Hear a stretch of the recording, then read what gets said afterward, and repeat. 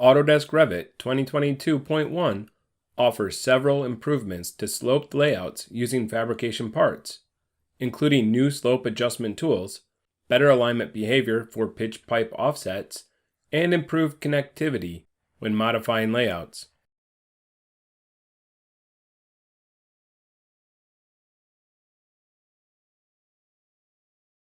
When detailing a sloped layout, it is now easier to control how branch connections are made. Detailed fabrication parts now use similar controls to design intent elements, providing a consistent modeling experience for detailers working in Revit.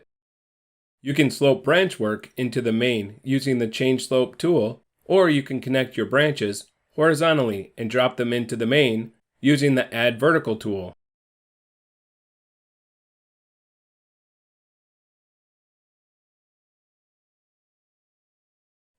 In previous versions of Revit, rigid fittings did not allow main and branch work to maintain perpendicular alignment automatically when modeling a sloped layout.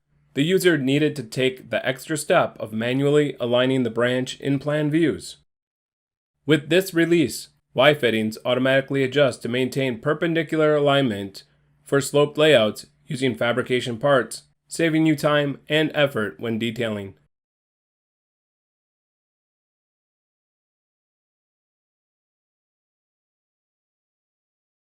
Prior to Revit 2022.1, if you adjust the elevation of a primary branch in a complex sloped layout, you might observe a shift in the center lines of connected elements.